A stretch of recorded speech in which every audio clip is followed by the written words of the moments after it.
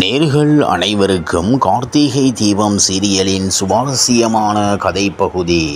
தமிழ் ரசிகர்கள் தற்போது படங்களை தாண்டி சீரியல்களுக்கு அதிக முக்கியத்துவம் கொடுத்து வருகிறார்கள். தினமும் தொடர்களை பார்க்க மக்கள் அதிகம் ஆர்வம் காட்டுவதால் தொலைக்காட்சிகள் பல நிறைய சீரியல்களை களமிறக்கி வருகிறார்கள்.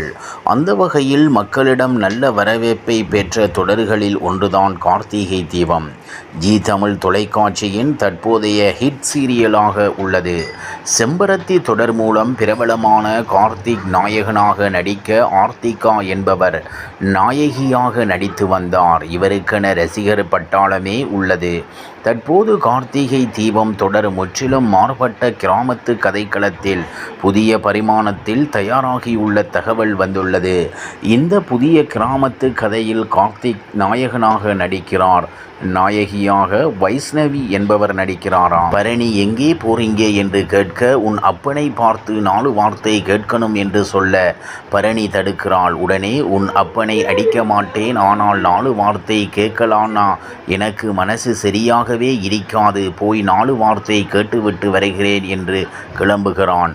இதையடுத்து பரணி சௌந்தரபாண்டியக்கு போன் செய்து, நீ என் மாமா வைகுண்டத்தை அவமானப்படுத்தலாம், ஆனால் என் புருஷனை அவமானப்படுத்த முடியாது, அவன் உன்னை தேடித்தான் வாராறு, ஜாக்கிரதை என்று சொல்லி எச்சரிக்கிறான்.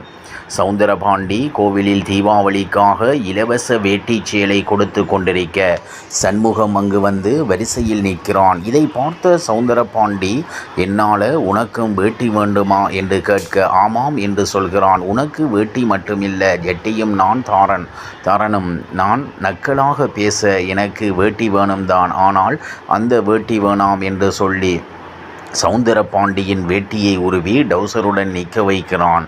அடுத்து ஜட்டி தரன்னு சொன்னீங்களே, எடுத்துக்கவா என்று கேட்க அவமானப்பட்ட சௌந்தரபாண்டியன் கோபத்தோடு ரோட்டில் ஓட அனைவரும் வீடியோ எடுக்கிறார்கள்.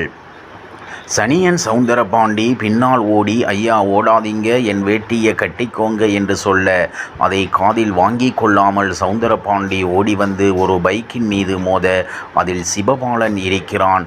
டவுசரோடு அப்பாவை பார்த்த அவன், என்ன உனக்கு பைத்தியம் பிடிச்சிடுச்சா, ஏன் என் மானத்தை இப்படி வாங்குற என்று கேட்க சௌந்தரபாண்டி, ஏலோ என்னை வீட்டில் விடுடா என்று சொல்ல சிவபாலன் அவரை பைக்கில் ஏற்றிக்கொண்டு வந்து வீட்டில் விடுகிறான். இவ்வாறாக கார்த்திகை தீபம் சீரியலின் சுவாரஸ்யமான கதைப்பகுதி செல்கிறது.